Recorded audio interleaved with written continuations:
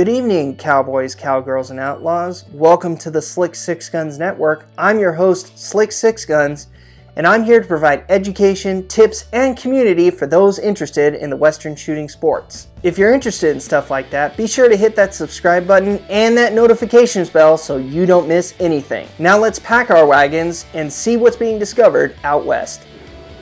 Good morning, cowboys, cowgirls, and outlaws. Welcome to the Slick Sixguns Network Facebook page. I am tuning in to you live for another episode of, you guessed it, Coffee with Slick Sixguns. So let's go ahead and get our coffee out and enjoy the show.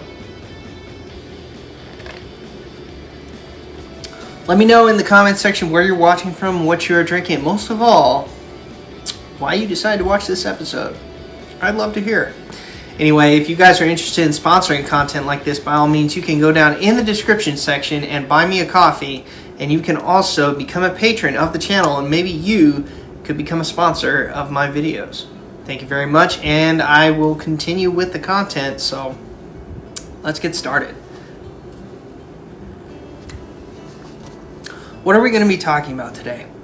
Well, we are going to be talking about my original Winchester 1887 lever-action shotgun.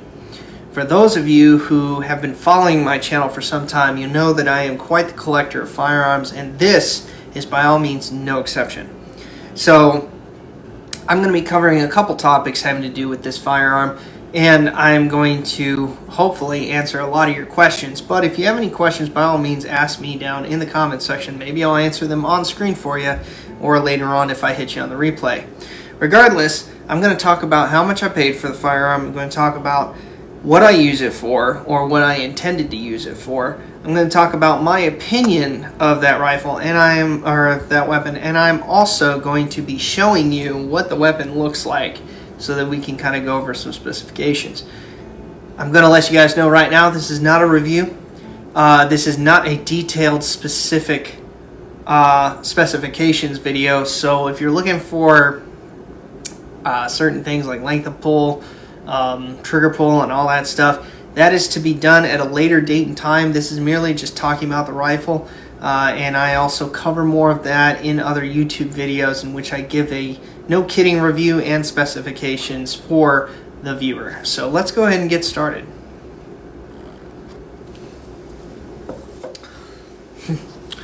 There really was no need to safety check this shotgun, and I'll go ahead and tell you why. It's because this gun is non-functional. It has no internals that are going to cause any type of shell to discharge, and it is not loaded whatsoever. But I'll go ahead and show you guys, and you'll see why.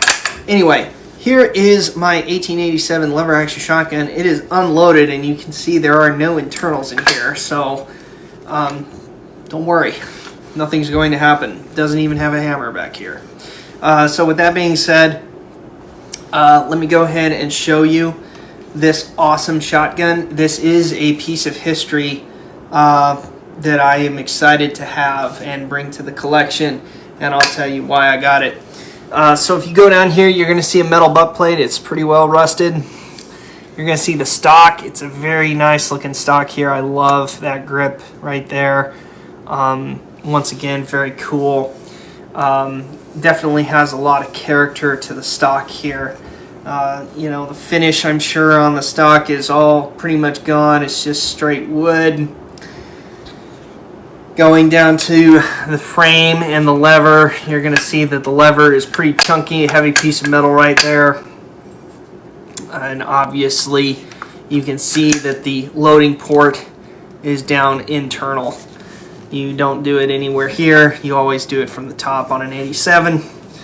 And it's just very neat, I will say. This is an original Winchester, and I know that because if you look down here at the bottom, you're going to see this Winchester Repeating Arms Company written on it. And you're also going to see that the Winchester Repeating Arms Company logo here is also stamped on the is also roll marked on the side. Very neat. So this is original, and it is non-functioning, at least at this point in time. Going down to the barrel, you're going to see that its magazine is, you know, I believe standard for the day. Don't quote me on that. Maybe there were longer magazine tubes. I'm not sure, but from what I have seen of pictures, this is about as long as they get. You're going to see that the fore end here is actually looks to be 2 pieces. So you've got 1 piece of wood on one side and 1 piece of wood on the other side with nothing covering the bottom here of the magazine tube. Round barrel, and you can see that going out here you're going to see the bore, and obviously I'm sure the bore is nice pitted and all dirty inside. I don't even know if there's anything living in there. And it's also got a nice well-worn bead front sight, if you guys can see that. Very nice. Anyway, obviously there's some pieces on here that somebody just added onto it because they had lost the original pieces or whatnot. So, you know, interesting little piece, I will say that. So it's a nice conversation starter, if you will. Maybe there are those of you out there who have some original 1887s that you can let me know what you think of them. As you guys know, I do kind of some satirical videos on shotguns and rifles and pistols, and you can go ahead and check those out in my playlists, and you can see what I think of the 87, at least in a satirical fashion. But let's talk a little bit about this shotgun in particular, why I got it. So the first thing is as you guys know, I am a collector. I do collect a lot of firearms, and I was interested in looking for a Winchester 1887. Didn't know that I would be able to find an original, and I'm sure there's originals out there that are in far better condition than this. But for the price for me to get this, it wasn't much. You know, I believe I paid about $150 for just this piece here with virtually no internals, and it looking as sad and worn out as much as it is. You know, but I digress. I bought it because it did have the Winchester name on it. You know, I couldn't quite tell at first because even that part was pretty well rusted over. So I couldn't tell who was the initial manufacturer. I didn't even see that there was the roll marking on the side over here to indicate that.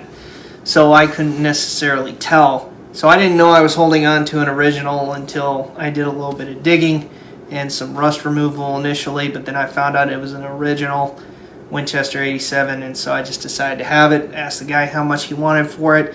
A nice friend of mine who does work on guns, he had this in his collection. I think he got it from an estate sale, and you know, when I looked around I saw what he had, and you know, made him an offer, and you know, or he offered me and this for a certain price, and I took him up on it, and lo and behold, that's how I came into having it.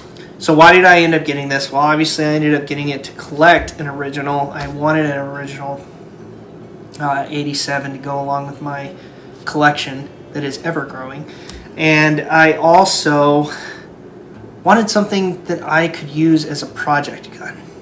I don't know if an 87 is really the best choice for an initial project gun, but you got to start somewhere.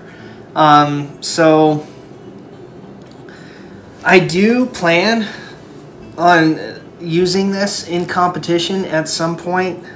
You know, hopefully bring this old girl back to life so that she can actually shoot, and I'm sure she is, you know, once I check the integrity of it and make sure that I, you know, get all the parts for it, that she'll be ready to go.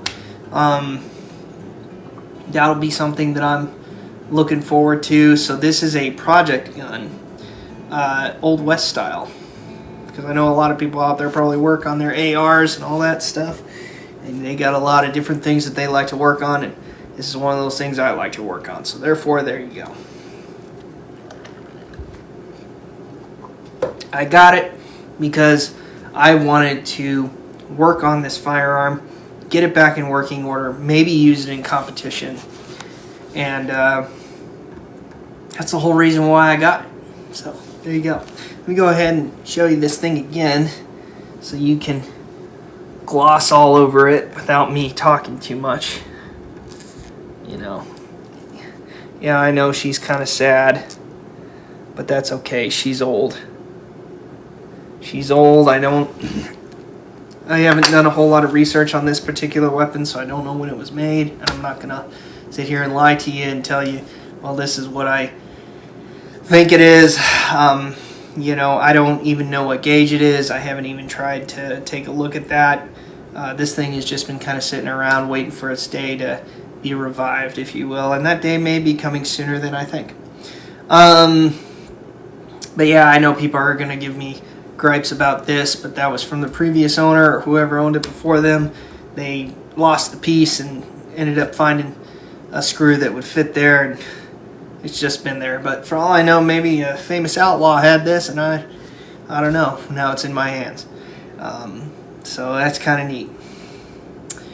Okay. So, told you why I got it, and told you how much I paid for it. You know, obviously the originals in full condition, in great condition, I'm sure are going to be far more than what I paid for it. You know, because it's just kind of an interesting design, and I don't know how many people have originals.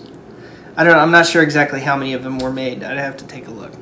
But yeah, and as far as my opinion of this, and this is my opinion, not a review or anything like that, my opinion of this is that